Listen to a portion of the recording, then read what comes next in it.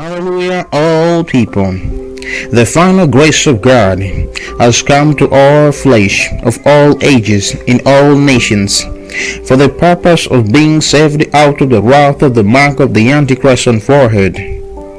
The mark of his name, which is Nimrod, contains 6 alphabets, has come to all flesh in all nations of continent of Africa, in all nations of continent of Europe, in all nations of continent of Asia, in all nations of continent of Australia, in all nations of continent of North America, and in all nations of continent of South America.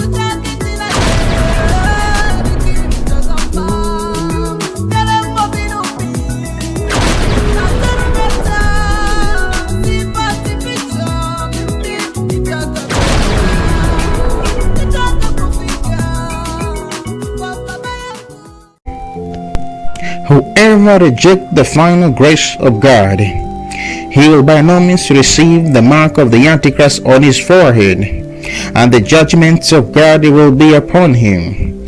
the judgment of the wrath of blood of great tribulation, and the judgment of Jehannam, the lake of fire. But whoever receives the final grace of God, he will be elected of God. He will belong to the new tribe of God.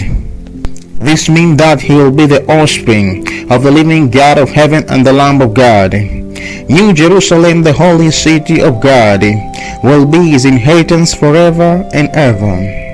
His name will be written in the Lamb Book of Life. He will rule with the King of Kings and the Lord of Lords for the time of 1,000 years in new earth.